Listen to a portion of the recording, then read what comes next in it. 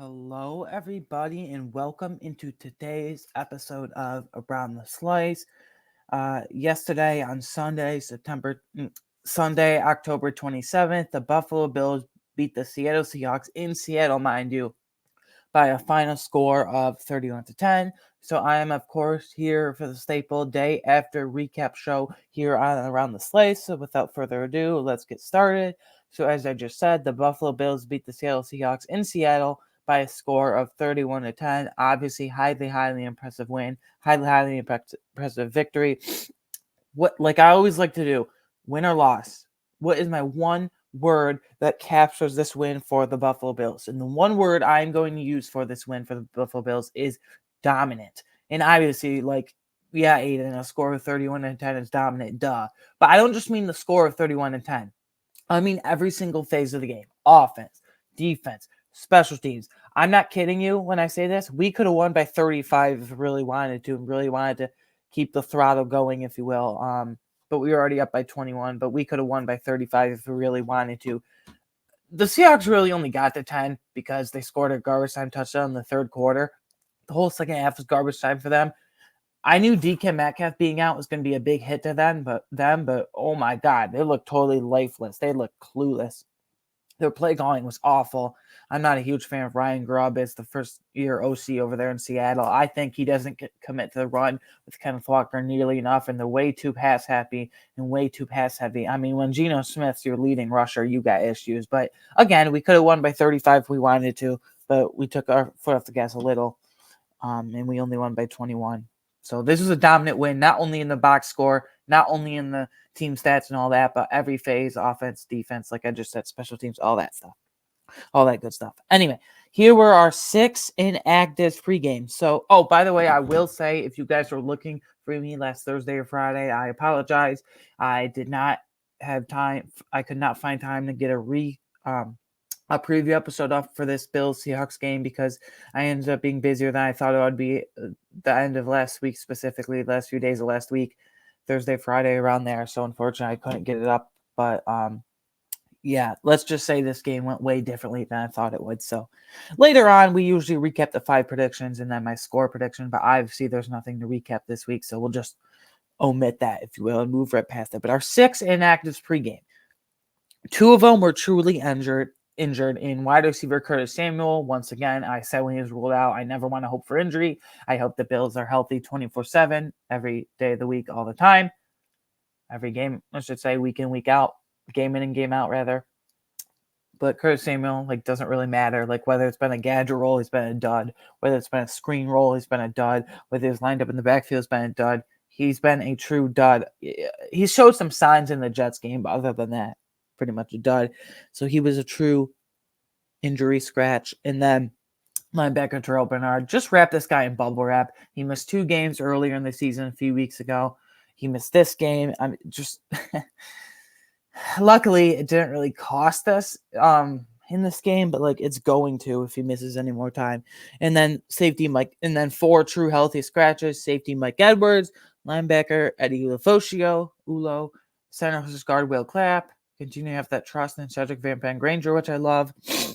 And then this is interesting. Defensive tackle Zion Logue. So they have 4 defensive tackles and 2 in the practice squad. The ones in the practice squad, respectively, being Branson Dean, UDFA rookie, and Iliaku, who's been around for the last 3 or 4 years, just sitting in the practice squad and stashing there, respectively. Specifically, I should say, rather. Excuse me. So it was interesting because they had Ed Oliver, Daquan Jones, and Austin Johnson up is healthy game day jerseys, obviously, and then they put Dwayne Carter on IR, which is unfortunate because he was becoming a legit rotational pass rush piece. He's really good against the run. He's really good as a pass rush. He'll be out for the next 4 weeks. He got wrist surgery plus an IR. The Seahawks game does count as one of the 4, so I assume he'll be back right after the bye for our Week 13 matchup hosting San Francisco. That's going to be awesome in mid-December. Is it early December? I don't know. Bottom line, it's in December. So defensive tackle Zion Logue is a healthy scratch, and they elevated Ilianko from the practice squad. Honestly, I've been highly disappointed with the defensive tackle depth, and Ilianko is kind of disappointing as it is. So I'll talk about what Brandon Bean, maybe trade market, maybe not. We'll have to see. Stock up. Got a bunch of players here. QB Josh Allen. Here were his baseline stats. He was 24-34. That is 71% completion percentage, 283 passing yards. In the same vein that we could have scored 35 points if we wanted to, he could have thrown for 350 plus yards if he wanted to. He pulled the reins back a little bit because he didn't have to, but 2 passing touchdowns. Unfortunately, the ride is over. The ride of positivity with the no interception streak is over. He threw an interception in his 8th game of the season. People better not say he's turnover prone because it's literally 1 interception. And Patrick Mahomes has 9 this year, and he's thrown an interception in every game this season. I think he's thrown 2 in 2 of the games this season. So I don't want to hear crap about how Josh Allen's turnover prone. The interception's not on him. Maybe a little for underthrowing it, maybe not lofting it up there enough. But Amari Cooper, it was rainy. Coop, if you will. Amari Cooper slipped on the route on the in-breaker. Easy in-breaker. Should have been an easy completion, but again, an easy in-breaker. Amari Cooper slipped because of the rain. So 1 interception, it's whatever. And then it was fun while it lasted, right? 7 carries for 25 yards. I would love to see Joe Brady give him 8 to 10 rushing attempts a game and maybe like have like 40 to 50 rushing yards per game. We don't need to go nuts and be crazy here and get him injured all the time, but like maybe have an uptick in that just a bit in the next few weeks for the foreseeable future, the rest of this season. And then running back James Cook, I am not kidding you when I say this, I thought this was like one of, if not the best. Well, the Cowboys game last year is probably his best game of the career, but this could be his 2nd or 3rd best game of his career, one of his very best games of his career. I'm talking about James Cook. I thought he was, and not just in terms of raw stats, like his raw stats were awesome. 17 carries, 111 yards. He also got 2 passes, and 2 rushing touchdowns, 3 catches for 22 yards as well. Not only raw stats, but I've been kind of critical of James Cook in the past. He has some flaws where he's got a twinkle toes in the backfield and stuff like that and doesn't hit the hole hard enough. I thought this was a drastic 180 on how he flipped that script upside down. He was patient in the backfield as a runner. He had excellent, superb ball carrier vision. He ran with conviction, which has been my biggest criticisms in the past. Think about this, guys.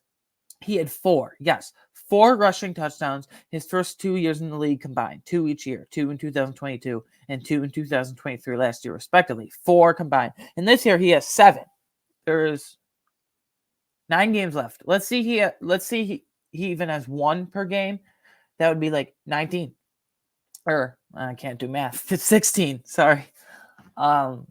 Let's say he just misses 1 or 2. I think he'll top out with 12 or 13 rushing touchdowns and then finish with 4 or 5 receiving. So I legitimately think he could finish with like 17 or 18 touchdowns total from scrimmage this year. I think he's an absolute weapon. Unfortunately, next year will probably be his last year with the Bills because we drafted Ray Davis for a reason. The whole you don't pay running backs debate and blah, blah, blah, unless they're special, like coming out of college, like Bijan or Adrian Peterson or any of that guys in that vein, that ilk, if you will. But that'll be a fun debate. But again, I thought this was James Cook's one of James Cook's very best games of his career, not just from a raw stats standpoint, which was awesome, but from a ball carrier vision standpoint.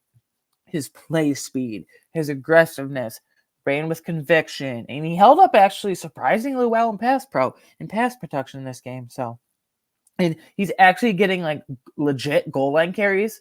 Like last year, this is absurd to me, but this is a shocking stat to me. All of last year, he only had one carry inside the 5-yard line. This year, every time they get inside the 5 or damn near the 5, outside or inside either way, they're giving him the ball.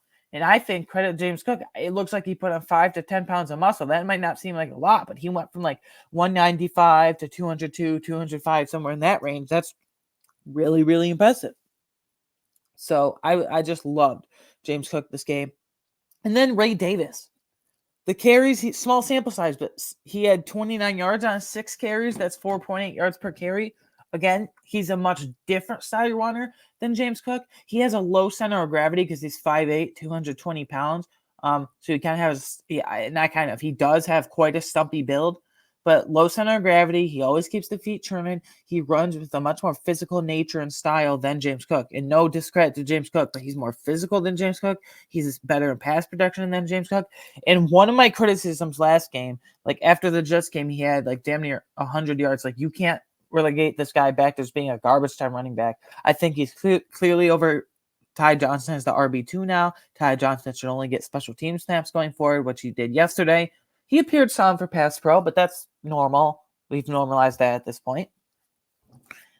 Ray Davis, change of pace back in terms of a physical pace, style runner, and they got him going early and often in the beginning of the game. No, I want to see, let's say James Cook gets like 20 to 25 touches total per game between rushing and receiving combined. And then Ray Davis, I think should get like 10 to 12 between rushing and receiving combined touches, and then maybe you give Ty Johnson 2 or 3 combined. I don't really care about Ty Johnson, but Ray Davis, they got him going. One of my biggest criticisms on Joe Brady last couple weeks was like after that huge blow-up game Ray Davis had, you need to get him going earlier in the game and not just garbage time once again, and they actually did. So I'm not going to call it a two-headed monster yet because I haven't seen any like consistent elite play from Ray Davis other than that Jets game, but it's getting close to there. And then a bunch of pass catchers. Wide receiver Keon Coleman, what a freaking development this guy has been. He went for 125 yards last week, and then this week, yesterday, he had 5 catches, 70 yards, and a touchdown. I loved how 2 plays after Reek Woolen broke up a pass. First of all, Reek Woolen kind of a stupid act by him, kind of a moron move. After he broke up one pass in the first quarter on the first drive of the game, he acted like he just won the Super Bowl, and he was taunting Keon Coleman, getting in his face, and blah, blah, blah. And then 2 plays later, Keon Coleman actually snatches the ball over his head, and he like dunked on him like he like little bro'd him. It was very, very entertaining to watch. Little bro'd him, like get the like sit the F down. Sorry, but like sit the F down. Like you ain't touching me. So it was awesome to see. Again, 5 catches for 70 yards and a touchdown. He's becoming a red zone monster, and that was what he was drafted to be. Downfield threat. Like he's not some burner. He gets caught from behind in the open field, unfortunately, but like contested balls, he's got it. Physical at the catch point, he's got it. Run after catch, he's got it. His only issues is he's a pretty subpar, maybe average at best, not even, give or take, route runner. But he's improved that over the last few weeks. So I like he needs to continue being in this offense. Like Mac Hollins isn't even like a thing to me anymore, as he shouldn't be. So I think I don't like 12 personnel, as I've said before. So the offense of Josh Allen, the O-line, then James Cook, and then the tight end being Kincaid, then the wide receivers being Khalil Shakir out of the slot as a slot demon, and that we'll talk about him in a second, literally a second. And then Keon Coleman and Amari Cooper on the outside. And if Amari Cooper starts getting acclimated to this offense and gets double teamed, then Keon Coleman over your head. And like this is by far, like maybe not by far, but they actually passed downfield this game, and I think that's where Keon Coleman's strong suit is. Like Khalil Shakir is like the elite run after the catch guy. You give it to him in space, give him a short, jet sweep or a short, bubble screen, something like that.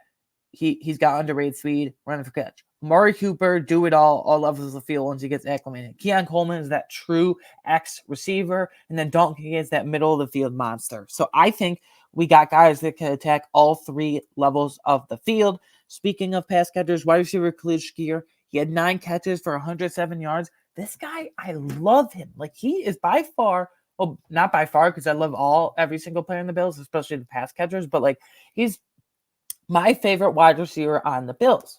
Maybe it will become Keon Coleman in time, but he's just a rookie. Like Khalil Shakir, he's not the most physical at the catch point. He's not a contested catch monster. He's not a burner, but his speed is underrated. His athleticism is underrated. He's got good twitch. He's got good enough burst. He's an elite route runner. He's a runner of the catch savant. I don't know if I'm saying that word right. Savant, I think. I don't know. He's a run to catch savant. I think it's awesome to see. Like, I love Khalil Shakir. Like, 9 catches for 107 yards. Like, as the game goes on, I'm like, oh, crap. Khalil Shakir is damn near 100 yards, and then he passes 100 yards. Like, oh, my God.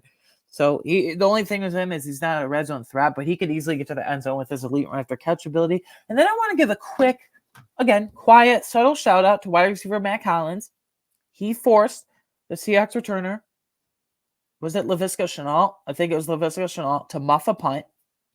And it was funny because as soon as Matt Collins over muffed the punt and picked it up, he was like, "You want this ball?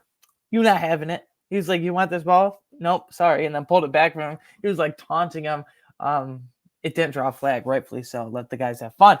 But like Matt Collins, that's what he should be. He should only be on the field for 30 to 35% snaps on offense for obvious run blocking downs, and then as an elite special teams contributor. Stop messing around with him and Keon split, because every time Matt Collins gets a target, he drops it, or horrible ball tracking skills. I don't mean to have a Matt Collins bashing session here. Bashing session here, excuse me. It's kind of hard to say. Tongue-tied there. But yeah, elite special teamer for that reason. And then tight end Dalton Kincaid, this couple of pass catchers. Tight end Dalton Kincaid, he had 4 catches for 31 yards and a touchdown. Again, early in the season, I hated how Joe Brady was using Dalton Kincaid. He was asking Dalton Kincaid to catch tight end screens and then create space with yards after catch. Credit to Dalton Kincaid, he was doing it very well, but I wanted to see a huge uptick in usage of Dalton Kincaid in the middle field, downfield. And like 31 yards might not say that, but yes, he was used in the intermediate part of the field this week a bunch. All 4 catches, I believe. And then all of his catches last week were also intermediate and downfield. And he had a touchdown this week. So he has 2 receiving touchdowns in the year now. So yeah. Tight end Dawson Knox, he had 2 catches for 50 yards. Just 2 huge bombs, right? 50 divided by 2. Quick math for you guys. 25 yards per reception out of the 2. It was awesome because I like Dawson Knox. There's no doubt that he's an overpaid tight end at $12.5 million a year. They might have to cut him after the year. They might have to restructure, trade. I don't know. But for now, let's just enjoy the ride, if you will, with Dawson Knox. I've said in the past this season that Dawson Knox it's not like he's some critical part of the offense anymore, but he's a huge red zone threat, literally and figuratively. Josh Allen trusts him the most. He's the longest tenured Bills weapon out of literally everybody on this offense, by far, by like 3 or 4 years. Now that Diggs is gone, so yeah, that's really encouraging to see. I still think the whole Kincaid, Knox in the field at the same time, 12 personnel and 2 tight end crap. I say crap because it's like always disorganized when they're on the field together. But the snap counts are very, very interesting with them in the field together and separately, respectively. So we'll get to that later on in my offensive snap count takeaways. Those are the pass catchers. Let's flip over to the defensive side, shall we? Defensive tackle Austin Johnson. He had 1 tackle, 1 pass deflection, 1 interception. And he made the most of his opportunity when he was in there because he only played 29% of defensive snaps after like consistently playing 40 to 45% defensive snaps. So that was absurdly low, abnormally low, however you want to say it, term it, what have you. Excuse me. But yeah, it kind of just landed in his arms as first career pick, first career interception. I still don't think the defensive tackle depth is nearly good enough behind Ed Oliver and Daquan Jones. Like, if Dwayne Carter was in there, it's good enough. But if he's not, so. Defensive end, Greg Rousseau, 4 tackles, 2 tackles for loss, 2 pass deflections, and 1 QB hit. He is tall. As you know, he's 6'7", 270. 6'7", 270 pounds. So he's 6'7", 270. He gets his big bear paws up there. Him and Epineza have become masters at it, where he's tall. His combination of athleticism, speed, power, and length, just beautiful to see. I am still scared that he's gonna be overpaid by the Bills after this year. But I mean, if it's in the right price, then pay him. But I'm scared he's gonna be overpaid because sometimes he'll be a game wrecker. Like week 1, we had 3 sacks and multiple more QB hits, and last week he had 6 QB hits, the most by any such player single player in the NFL over the last 2 years in a single game. And then other than those 2 games, he'll totally disappear and not have like very few pressures and stuff. But I guess they didn't. I thought he got a sack for sure. But the 4th and goal where they went from it for a lone 2-yard line, the Seahawks, as far the game got out of hand, it was borderline getting out of hand at that point. They were down by 11 at that point, and then Bills just exploded, obviously. But back to the topic at hand. Geno Smith went for a 4th goal at the 2-yard line. It snapped. Geno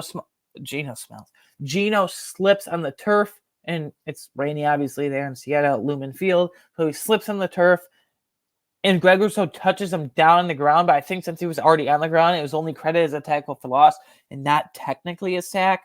But either way, huge stop at the Bills defense, even if it was lucky with Geno Smith slipping. So defensive end, DeJuan Smoot, 1 sack, 1 TFL, 2 QB. When he's in the field, he's an underrated piece of this defense because he can produce inside, plays natural position outside. So it's a legit rotational piece. And then defensive end, Javon Solomon, 1 tackle. It's kind of funny, like a rookie in garbage time gets the only sack of the game. 1 tackle, 1 sack, 1 TFL, 1 QB hit. I'm going to say this right now and stake my claim. I'm not saying Casey Tuhill or Javon Solomon, and Javon Solomon specifically mainly, has to play a ton. But, like, I would love to see Casey Tuhill only on special teams and then Javon Solomon also on special teams. But I want to see Javon Solomon, like, get legitimate playing time over Casey Tuhill. Like, give all the Casey Tuhill snaps to Javon Solomon. So let's do that.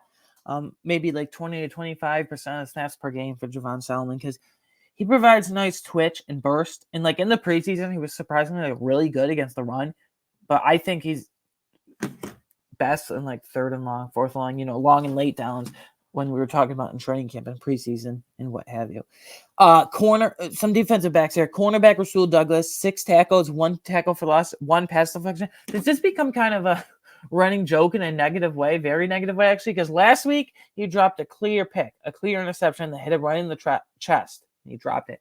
This week he dropped a clear. It was even worse than last week. He dropped a clear pick 6. Rasul Douglas should have been dancing in the end zone from that pick 6.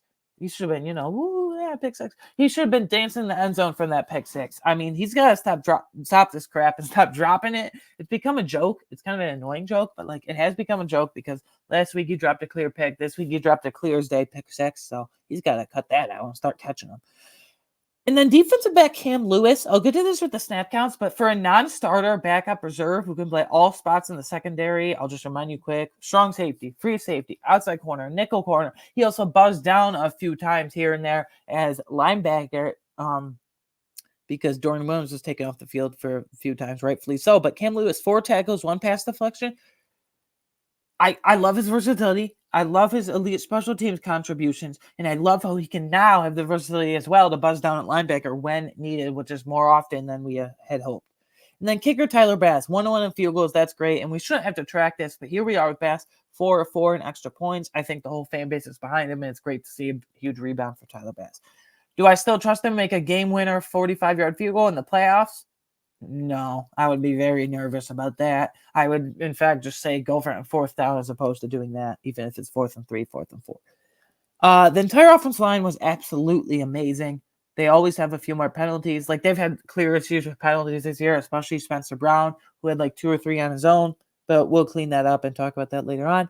The run defense was absolutely elite in this game. Now, I said Ryan Grubb, the OC, doesn't commit to the run nearly enough, and they're too pass heavy, and they get into the drop back passing game way too much, and they overcomplicate things and all that. But they nonetheless, the Bills' run defense held Kenneth Walker to 9 carries for. Sorry, I got a text and I got distracted for a moment. I'll look at that later. 9 carries for 12 yards. It was really, really awesome to see. Again, they don't commit to it enough, but credit to the Bills. They shut down Kenneth Walker, and they got a rushing touchdown in the 3rd quarter, garbage time rushing touchdown with Zach Charbonnet. That's whatever. Like, the Bills conceded that. Okay, I don't put that on as an indictment against them in the very least. Like, that's just garbage time. Who gets a what? Mixed. There's no mixed, and there's only really one stock down and then a situational stock down. Linebacker Dorian Williams, he only had 2 tackles. For a guy that flies around the ball and is known for tackling, I thought he would have racked up a lot more tackles. Like, there's been games where he's racked up 10, 11, even 12 tackles, like well over double digits, and he was just abysmal in coverage once again. I knew Balin Spector, that is, actually held up okay in pass coverage, but like, I'm perfectly fine. Like, I think they're starting to realize that Dorian Williams gets eaten alive in coverage by JSN in this game. he got taken off the field quite a few times, not quite a few, but like 3 or 4 different times by Cam Lewis. And Cam Lewis had that nice pass breakup in the second quarter. I think they're starting to realize that. Last week they took off Dorian Williams for a few times here and there, and they put in buzz down Jamarcus Ingram, buzz down Taron Johnson. Maybe they buzz down Cole Bishop in the near to future this season. But they buzz down Cam Lewis, and I love Cam Lewis' versatility, and now he buzzes down linebacker. And they're finally realizing it. I love Dorian, but like, I won't call him I love him because severe pass coverage limitations. He's messed up a few more tackles than I wanted him to last week. This week it was an issue yesterday against the Seahawks at Lumen Field in Seattle. Well, Seattle, Washington, but I'm in Seattle there. But yeah, that's not good if he's getting taken off the field for other people. But again, I'm totally fine with that. I'm glad Sean McDermott, Bobby Babich, and the staff, Buffalo staff with the Bills is finally realizing like, hey, this guy gets eaten alive in coverage. Let's take him off to an extent. And penalties, these are just unacceptable. The Bills had 13 penalties for 85 yards. In 10 of those were on the offense, 3 of those were on the defense. I thought quite few of them, like 3 or 4 of them, were really ticky-tack. Like the one where Keon Coleman and Josh Jobe, I wouldn't even call it jawing. Like it was a pretty pathetic call, like a pretty loser call by the refs because like Josh Jobe tried to throw after a play, tried to throw Keon Coleman out of bounds, and Keon Coleman's like, nah, screw that. I'm gonna block you into the bench. That was a pretty weak soft call. Like all Keon Coleman is doing is blocking a guy. Like he blocked him on the bench. So freaking what? Playing on. I think if any, Josh Jobe got the penalty too, but so did Keon Coleman for that. It shouldn't have been offsetting. It should have just been Josh Jobe and on the Seahawks because he I don't think he threw a punch, but he shoved Keon Coleman's face mask and everything. So I don't think it should have been offsetting. Like Keon Coleman is just doing his job, blocking him. Who cares if he gets a little overzealous? It's a block. Move on. And then a few more of and then they called an offensive pass interference on a big Keon Coleman catch that went for 15 yards. I thought that was pretty ticky-tacky. He didn't push off him at all. If anything, the defender ran right into him. For what it's worth, I don't think that's defensive pass interference at all either. I think it's just a play on. So for some reason, the refs have had horrific bad officiating, or the Bills have had horrific bad officiating the last few weeks. So yeah, penalties got to clean it up though. Again, 13 in total for 85 yards it equated to. 10 in the offense, 3 on the defense, and 3 or 4 of them, a few of them at least, were a little ticky-tacky. Actually, a lot, in my opinion. Player of the game, or not player of the game. Big slice of the game. Who is my big slice of the game? James Cook, I'm going to give you the big slice of the game because you were a patient runner. You were a more physical runner than I thought you would be. Your hands were reliable. You hit the hole with conviction. You were awesome. And then Burnt slice of the game award, I'm not going to give it to any. I thought about giving it to Dorian Williams, but the Bills are realizing it, so he's got to improve in coverage, but I'm glad the Bills are realizing it. So it's not too much of a detriment. It's just a thing that the Bills have to realize in kind of situational awareness. And then reflecting on 5-game predictions, obviously I prefaced in the beginning that we don't have any of those. And then final thoughts, questions in certain position group, in certain situations, rumblings around this team, and what have you. James Cook, he's on pace for a monster season. He's having an all-pro season. I'll say it. I think he is the third best AFC running back this year. There's 3 all-pro running backs in the AFC and NFC respectively. NFC I don't care about, but I do, but not for these purposes, obviously. Best running back in the AFC is Derrick Henry, and I think the second of the Baltimore Ravens, second best running back in the AFC this year is Joe Mixon of the Houston Texans. But I think since Joe Mixon missed 3 games in the beginning of the season, weeks 2, 3, and 4, specifically, let's just say rather, excuse me. I think there's a case to be made that James Cook has been the second best running back in the AFC this year, only behind Derrick Henry of the Baltimore Ravens. But he's at the very least the third, and I think there's a legit argument at the second. Either way, he better make All-Pro. And then second one, Amari Cooper's presence, Amari Cooper will get his as he's still echoing the offense. Other than pure targets and catches when he touches the ball, Amari Cooper, it's the little things. Very good blocker. He opens up everything for the offense. He opens up those since they have to double cover him as he echoes more of the offense downfield. It opens up underneath targets for Dalton Kincaid and Khalil Shakir specifically, respectively. And then if they're double covering Amari Cooper downfield, Keon Coleman can get open downfield even though he doesn't separate much. That's what he was drafted to do, a high point. So not only is Amari Cooper contributing with pure targets and catches and touching the ball and whatever and what have you, but he's opening up a bunch for the offense. It's the little things with blocking and all that. Von Miller's suspension has gone by in my mind pretty quickly. I barely even thought about it. I was upset when it happened because I think it was poor timing by the NFL. You can go back to my initial reaction to that. It was poor time by the NFL, basically, is what I said. But again, weeks 5, 6, 7, 8, he was suspended. So I'm glad to get him back. And with Greg Rousseau being a stud starter and AJ Vanessa and Von Miller splitting time next opposite him on the right side defensive end specifically, and DeJuan Smoot becoming a legit rotational piece, and I say give those K2 snaps to Javon Sadler, and we got good starters and we got good depth. So, yeah. A trade for a defensive tackle has to be at the top of Brandon Beane's list. Safety, it's okay. I guess you could trade for a safety, Budda Baker from the Cardinals. How much will that cost? Maybe a 3rd, 4th round pick. But a defensive tackle, next Tuesday, November 5th, so 8 days from the time of this recording. Today is Monday, September 28th. So next Tuesday, November 5th. Damn, it's November already. Ooh, okay. Anyway, sorry, that just kind of snuck up on me. We're at the midpoint way of the season, basically, after next week, week 9. Because 18 weeks, obviously. Sorry, I kind of blanked there for a minute. But a trade for a defensive tackle has to be priority for Brandon Beane. So, yeah, I'd say get it done. I don't have any specific names for you right now. I'll have to research that. But, there's quite a few pretty decent names. And there's, teams that would want to go on a fire sale that just have been a total disaster. So, also, I will say this. I know people say, divisions aren't won in October. There's still half a season left. Guys, the Bills got the AC East wrapped up. Have you seen the teams in the division? The Bills are 6-2, and then it's a bunch of crap. The Dolphins are 2-5. The Patriots are 2-5. The Jets are 2-5, and the Jets are a circus as it is. They're going to get massacred in 3 days on Thursday, October 31st, Thursday Night Football. It will be literally a Halloween massacre, even though they're home to the Houston Texans. So the division's wrapped up. So you can say it's not wrapped up. Divisions are wrapped up in October. October's play all the games and see what happens. Blah, blah, blah. It's wrapped up. For all intents and purposes, it's wrapped up. I know it's only the end of October, but let's be realistic here. Takeaways from offensive snap counts. I only have a couple things that kind of stood out to me. And this isn't a negative or positive thing. It's just a very keen observation I picked up. Dalton Kincaid and Dawson Knox played the exact amount and percentage of snaps. They both played exactly 54% of snaps. Exactly. I didn't see them on the field together barely at all. So I think they kind of just split it, and then Quentin Morris came in garbage time. But I think they kind of just split it hey, when one's off the field, one's on the field, and vice versa. I don't think it works nearly as good when they're on the field together. I've said it's disorganized. So that was just interesting to me. They both played exactly 54% of snaps, the exact same amount in percentage. And then lastly, Amari Cooper is clearly still adjusting to this offense, which is totally fine.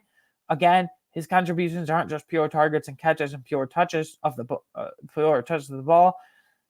It's blocking. It's scheme. It's play speed. It's opening up targets for other players, whether it's downfield or underneath. Shakir, Kincaid, Coleman. Same as a dud, whether it comes back or not, whenever. He only played 50% of snaps, but one, they were in garbage time basically the whole second half and the whole fourth quarter. Starters were out basically. And two, it's Amari Cooper. Second game with the Bills, still adjusting. Takeaways from defensive snap counts. Again, only a couple things. Balen Spector played 100% of snaps. Yes, 100. He didn't come out of the game. Never came out of the game for a single play. Not a single second. Not 99% of snaps. Purely 100% of snaps.